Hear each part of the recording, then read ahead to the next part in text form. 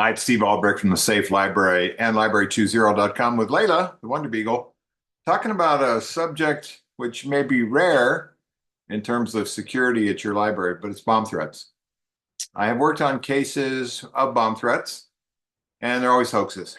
In the United States, with some extremely rare exceptions, a bomb threat followed by an actual bomb that is found is just extremely rare. And 99.999% of the time is a hoax. However, sometimes the first responders overreact, say evacuate the building, even without a suspicious package or device, which disrupts the business, shuts things down, and proves to the bomb threat maker that it is possible to shut down a business with an email or phone call, a scrawled note, a social media posting or something like that. Doesn't mean we don't take it seriously. Doesn't mean we don't look for a suspicious package or device, especially bring in the first responders and or their dogs, canines to do that.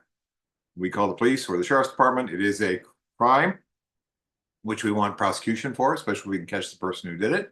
It's also quite possible that someone who makes a bomb threat at your library has made a bomb threat at other public buildings, city and county facilities, things like that.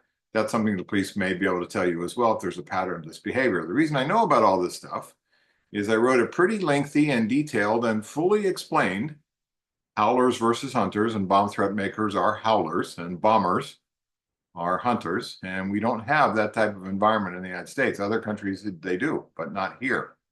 For Computers and Libraries magazine. So I will post the link in the video. You can take a look at the article that I wrote. It covers the concept of how to respond to a bomb threat in your library in very vivid detail. It talks about how to handle the media and to tell what to tell staff and or patrons if they hear about it.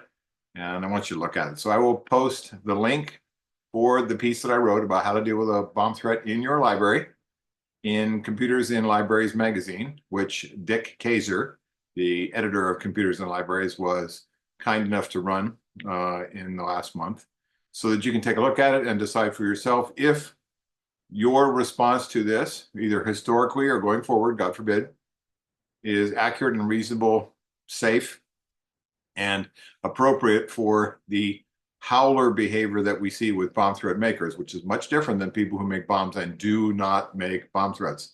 Huge difference. Those people we call hunters. Their function is to cause harm, injury, or death.